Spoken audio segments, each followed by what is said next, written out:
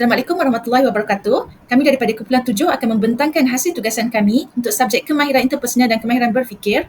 Tajuk kajian adalah Six Thinking Hat by Edward Di Bono. Kajian disediakan untuk pensyarah Dr. Jamsari bin Alias. Ahli kumpulan kami terdiri daripada 6 orang iaitu Badariah binti Muhammad Zain, Ummul Aiman binti Cik Muhammad Rozi, Nur Diana binti Said, Nabila Munirah binti Boy Borwin, Nolia binti Mat Sarip dan juga Nur Hafizah binti Muhammad Rashid Khan. KPM telah memperkenalkan pelbagai kaedah pengajaran yang boleh diaplikasikan semasa proses pembelajaran dan pengajaran berlangsung, dan salah satunya adalah 6 topik pemikiran yang mana ia diperkenalkan oleh Dr. Edward Di Bono, dan kaedah ini dilihat mampu untuk memupuk dan memudayakan kemahiran berfikir dalam kalangan murid kerana ia menggalakkan murid itu untuk berfikir secara teratur, sistematik dan juga selari. Terdapat 6 topik pemikiran yang mempunyai warna yang berbeza dan juga setiap warna itu mempunyai fungsi yang berbeza. Definisi topi merah. Topi merah bermaksud seseorang itu berfikir menggunakan emosi dan naluri hati serta mengambil kira semua aspek yang berkaitan emosi untuk dinilai dan dipertimbangkan. Ini menurut kajian yang dijalankan oleh Zulkifli dan Ashraf 2014. Menurut kajian yang dijalankan oleh seorang pengkaji Australia iaitu Charles Kibuza 2015 menyatakan seseorang itu cenderung tidak berfikir secara rasional sama sekali sebelum mengambil sebarang tindakan, bahkan sering bergantung kepada perasaan, emosi dan prasangka, yang mana cara pemikiran ini dikategorikan sebagai topi merah dalam kaedah 6 topi pemikiran. Aplikasi dan contoh dalam pendidikan. Menurut kajian Charles Kibuza 2015 menyatakan cara mengaplikasi kaedah topi merah bagi mengajar para pelajar kemahiran berfikir secara kreatif dan strategi menyelesaikan masalah melalui beberapa soalan. Antara soalannya ialah, yang pertama, apakah perasaan kamu tentang isu ini? Yang kedua, apa yang kamu anggap sebagai aspek yang menarik mengenai pelajaran ini? Yang ketiga, bahagian manakah dalam aktiviti ini yang kamu rasa bosan? Yang keempat, kenapa kamu pilih A berbanding pilih B? Yang kelima, apakah penilaian kamu terhadap perkara ini? Kajian yang dilakukan oleh Zulkifli dan Ashraf 2014 menyatakan kemahiran berfikir secara kritis dan holistik di kalangan pelajar dapat dibina menggunakan kaedah 6 topik pemikiran. Kajian ini telah dijalankan di kalangan pelajar tahun akhir program pengajian Bahasa Melayu UKM. Di dalam kajian ini, pelajar disarankan berfikir menggunakan 6 skema. 6 skema ini dibezakan dengan 6 warna yang berlainan iaitu topi putih, merah, biru, hijau, hitam dan kuning. Dapatan kajian ini menunjukkan pelajar sedar bahawa setiap keputusan yang mereka putuskan akan memberi kesan emosi, bukan saja kepada diri, bahkan kepada orang lain. Baik, sekarang ni mari kita lihat pula kepada definisi topi hijau. Topi ini mewakili pemikiran kreatif dan inovatif. Bila kita pakai topi hijau ni, kita sebenarnya digalakkan untuk keluar daripada kebiasaan. Maksudnya tidak terikat dengan cara berfikir yang sama atau cara berfikir yang biasa. Seterusnya, topi ini menggalakkan pemikiran lateral untuk menghasilkan idea, iaitu cara fikir yang tidak ikut aliran yang biasa. Dan penyelesaiannya luar jangka tanpa batasan. Dalam persekitaran yang menyokong kepada pemikiran topi hijau ini, tiada idea yang dianggap tidak realistik. Apa saja cadangan yang keluar, walaupun berbeza dari kebiasaan, tetap akan dihargai sebagai asas kepada sesuatu yang berguna.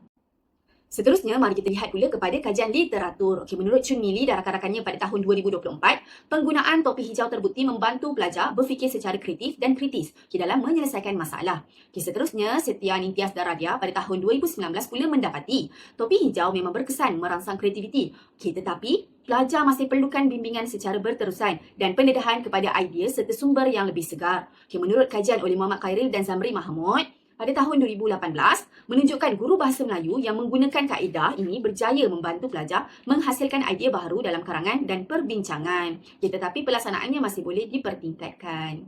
Jadi saya akan kongsikan beberapa aplikasi topi hijau dalam pelbagai bidang pendidikan. Yang pertama, meningkatkan idea dalam penulisan karangan. Dalam subjek bahasa Melayu dan bahasa Inggeris, topi hijau ini sangat berguna untuk merangsang idea pelajar dalam menghasilkan penulisan karangan. Ia membantu mereka membina pendahuluan dan isi yang lebih menarik dan tidak stereotip. Secara tidak langsung, ia meningkatkan tahap kreativiti dan memberi impak yang lebih kuat kepada pembaca. Seterusnya, penyelesaian masalah dalam STEM. Dalam pendidikan STEM, penggunaan topi hijau menggalakkan pelajar mencipta rekaan secara kreatif, terutamanya dalam projek inovasi. Contohnya, membina jabatan yang kukuh menggunakan lidi. Dengan kreativiti yang digalakkan melalui topi hijau, pelajar dapat menghasilkan rekaan yang luar biasa, walaupun menggunakan bahan yang terhad. Ini menunjukkan kemahiran inovasi yang terbina seiring dengan matlamat negara ke arah masyarakat berteknologi tinggi. Seterusnya, aktiviti core curriculum. Dalam aktiviti core curriculum, topi hijau hijau membantu guru untuk merancang program kelab ataupun persatuan yang lebih kreatif dan menarik. Sebagai contoh, kelab bahasa Inggeris boleh mengadakan pertandingan pidato bertemakan Future World, di mana pelajar bercakap seolah-olah mereka berada pada masa hadapan. Ini menggalakkan pelajar meneroka idea futuristik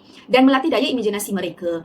Dan yang terakhir, pengajaran dan pembelajaran abad ke-21, PAK21. Kajian menunjukkan bahawa aktiviti kreatif seperti parking lots dapat meningkatkan penglibatan pelajar secara aktif. Pendekatan ini juga selari dengan dasar Kementerian Pendidikan yang menekankan kemahiran berfikir aras tinggi ataupun KBIT ke arah melahirkan pelajar yang lebih inovatif dan kolaboratif. Dari segi definisi dan konsep, topi biru dikenali sebagai topi kawalan kerana ia berperanan mengurus dan menyusun aliran pemikiran supaya perbincangan berjalan secara teratur. Ia tidak fokus kepada isi atau idea perbincangan tetapi lebih kepada proses pemikiran atau cara berfikir. Dalam kelas, guru atau ketua kumpulan biasanya menggunakan topi biru untuk memastikan setiap jenis topi pemikiran digunakan secara sistematik bagi mencapai objektif pembelajaran dengan lebih jelas. Berdasarkan kajian literatur, kajian yang dilakukan oleh Dominic Henry dan Zamri Muhammad pada tahun 2021 mendapati bahawa guru yang kompeten dan mahir menggunakan topi biru mampu merancang pengajaran dengan lebih berkesan dan dapat memantau perkembangan pelajar secara sistematik. Manakala kajian Khairan Anwar Azhar pula menunjukkan penggunaan topi biru menjadikan interaksi kelas lebih tersusun dan disiplin. Kajian Mazani Makhtar pula membuktikan bahawa gabungan topi biru dengan teknologi membantu pelajar berfikir secara lebih kreatif dan reflektif. Dari sudut aplikasi dalam pengajaran, guru boleh menggunakan topi biru dalam 3 fasa pengajaran. Pertama adalah sebelum perbincangan. Guru akan menetapkan objektif dan aliran perbincangan. Sebagai contoh, sebelum memulakan perbincangan mengenai topik kebaikan dan keburukan internet, guru akan menerangkan sesi perbincangan bermula dengan mengumpul fakta, iaitu menggunakan topi putih, kemudian menyatakan perasaan topi merah, diikuti dengan mengenal pasti kebaikan topi kuning, keburukan topi hitam, mencipta idea baru topi hijau dan akhirnya membuat rumusan menggunakan topi biru. Kedua adalah semasa proses perbincangan, guru bertindak sebagai topi biru di mana mengawal arah pemikiran pelajar agar kekal fokus. Contohnya, guru boleh berkata, mari kita kembali kepada objektif kita iaitu mengenal pasti kebaikan internet dahulu sebelum kita bincang tentang risikonya. Dan akhir sekali, selepas perbincangan, guru akan membantu pelajar membuat refleksi terhadap kekuatan dan kelemahan idea. Contohnya, apakah yang kita pelajari tentang penggunaan internet? Kesimpulannya, topi biru sangat membantu dalam membentuk pemikiran pelajar yang reflektif, sistematik dan kritikal selari dengan matlamat pendidikan abad yang ke-21. Itu sahaja daripada saya. Seterusnya saya akan menerangkan topi putih. Dari segi definisi, topi putih mewakili cara berfikir yang neutral dan berasaskan data, fakta dan maklumat yang sedia ada. Fokus utama topi putih adalah kepada maklumat, data dan bukti yang ada bagi memastikan suatu tindakan atau keputusan dibuat berdasarkan maklumat dan data yang tepat tanpa andaian dan pengaruh emosi.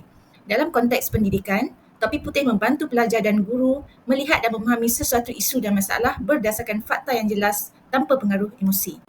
Kajian oleh Seth Danintias dan Radia pada tahun 2019 mendapati bahawa pemikiran melalui topi putih dapat membantu pelajar untuk fokus kepada fakta dan maklumat yang relevan untuk menganalisis atau memahami sesuatu topik.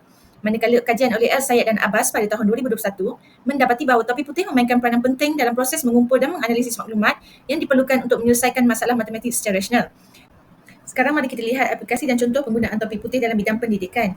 Yang pertama adalah sebagai asas kepada proses pengumpulan data dan penyelidikan. Dalam aktiviti penyelidikan, pelajar menggunakan pendekatan topi putih untuk mengumpul data, statistik dan maklumat objektif daripada pelbagai sumber. Sebagai contoh, dalam penyelidikan mata pelajaran geografi, pelajar mengumpul data cuaca daripada laporan rasmi sebelum melakukan analisis terhadap perubahan iklim. Ini memastikan dapatan mereka berdasarkan asas data yang tepat. Yang kedua adalah membina asas hujah yang kukuh dalam sesi perbincangan dan debat. Topi putih yang mengutamakan pengumpulan fakta, statistik dan data objektif memastikan setiap argumen yang disampaikan adalah berdasarkan maklumat yang sahih, bukannya semata-mata pendapat atau emosi. Khususnya, aplikasi yang ketiga adalah topi putih juga digunakan dalam perancangan kurikulum di sekolah. Pendekatan pemikiran melalui topi putih yang berasaskan fakta dan maklumat amatlah penting supaya data dapat dikumpul secara sistematik dan dianalisis dengan sebaiknya. Ia juga bagi memastikan bahawa kurikulum yang dibangunkan adalah berlandaskan bukti dan keperluan sebenar pelajar, masyarakat serta industri. Kurikulum yang berkesan perlu berpaksikan data yang sahih mengenai keperluan pelajar bagi menjamin pelibatan dan pencapaian mereka dalam proses pembelajaran. Selain itu, topi putih juga digunakan dalam sesi refleksi pembelajaran. Topi putih menekankan penggunaan data dan maklumat objektif untuk menilai prestasi pelajar.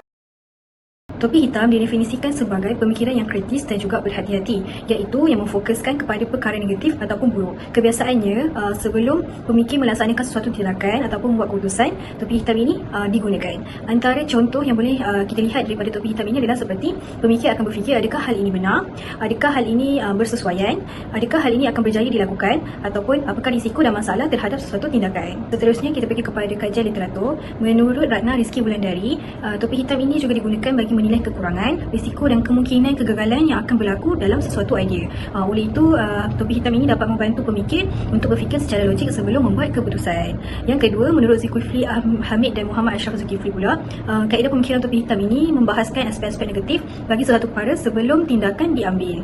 Kaedah ini juga berperanan penting bagi membina pemikiran yang kritis, terutamanya dalam kalangan murid. Iaitu mereka dapat membuat keputusan yang matang. Seterusnya, aplikasi topi hitam dan contoh yang boleh dilakukan dalam pendidikan. Yang pertama adalah dalam perbincangan dan juga perdebatan. Biasanya perbincangan atau perdebatan akan dibagikan kepada dua kumpulan, dan kumpulan masing-masing akan saling membahas hujah ataupun mencabar hujah pihak lawan bagi membangkitkan isu-isu yang mungkin diabaikan ataupun isu-isu yang boleh kita nilai. Seterusnya adalah penilaian projek, iaitu pelajar perlu mengenal pasti masalah dan juga risiko yang mungkin timbul. Oleh yang demikian, pelajar boleh mempertimbangkan pelbagai isu seperti isu penghasilan produk, ketahanan produk dan juga sebagainya. Manakala yang terakhir adalah pembangunan pemikiran kritis, iaitu pelajar tidak digalakkan untuk menerima sebarang maklumat secara pasif ataupun membuta tuli. Oleh yang demikian, pelajar digalakkan untuk menilai dahulu sesuatu maklumat sebelum menerima ataupun menyebarkan maklumat tersebut. Baiklah, untuk definisi, pemikiran topi kuning ini biasanya dikaitkan dengan pemikiran yang positif yang menggunakan kebaikan, keistimewaan dan juga manfaat.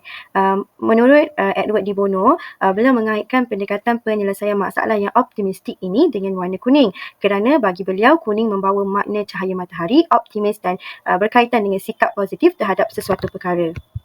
Baiklah, bagi kajian literatur topi pemikiran kuning, Rashmi dan Anindra 2023 dalam dapatan beliau menyatakan bahawa pemikiran topi kuning ini tidak memberikan sebarang pengaruh terhadap kemahiran membuat keputusan pengurus, manakala kajian daripada Yunis dan Elvira 2019 menunjukkan bahawa pelajar kurang berupaya untuk mengenal pasti dan meneroka kemungkinan atau potensi yang ada di sekeliling mereka yang sebenarnya boleh membantu dalam proses pembelajaran mereka. Melalui kajian-kajian ini jelaslah menunjukkan bahawa pemikiran topi kuning ini tidak diaplikasikan oleh individu ataupun pelajar. Aplikasi dan contoh dalam pendidikan bagi pemikiran topi kuning adalah dalam perbincangan kumpulan, yang mana ia menggalakkan kumpulan itu untuk mencari solusi dan manfaat daripada solusi itu ataupun manfaat daripada isu yang mereka bincang. Okey. Seterusnya, bagi pemikiran kritis, ia menggalakkan pelajar untuk berfikir secara kritis dan juga berfikir secara logik yang berdasarkan fakta dan hujah, bukan berfikir secara naif. Okey. Dan akhir sekali, bagi penulisan, ia akan menggalakkan pelajar itu untuk menghasilkan gaya penulisan yang gaya optimistik, membina dan menonjolkan manfaat ataupun nilai positif bagi setiap isu.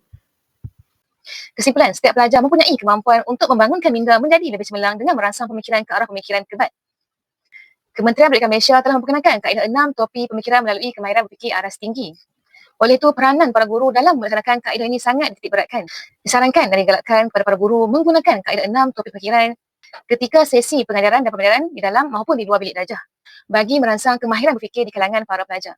Dapat dirumuskan di sini bahawa kesan daripada kemahiran berfikir yang telah dirangsang guru kepada para pelajar dapat mengubah gaya dan daya fikir para pelajar.